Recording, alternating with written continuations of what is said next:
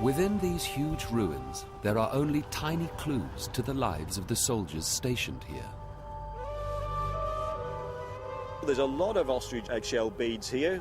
Whether the soldiers like to dress themselves up in beads, or whether it was the travellers passing through, or whether the soldiers lived here with their families, we just don't know.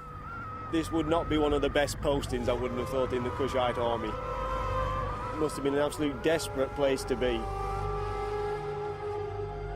A far worse posting was to the front line of a war with Assyria. When Assyria attacked Egypt, Taharqa couldn't hold the line, and in a defeat that neither he nor Kush would recover from, Taharqa was driven out of Lower Egypt. Taharqa died in 664 BC, but not before building himself a magnificent pyramid across the river from Jebel Barkal.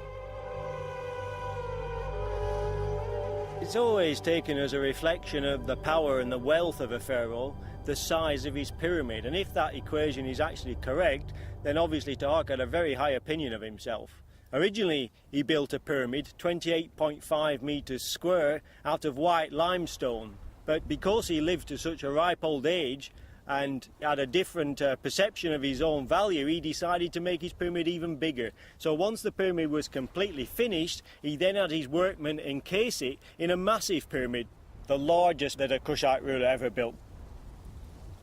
When Taharqa's nephew, Tanwetamani, became pharaoh, he described a vision in which the goddesses handed him Egypt's crown. In his first year as pharaoh, Tanwetamani defeated the Assyrians, but the dream couldn't hold.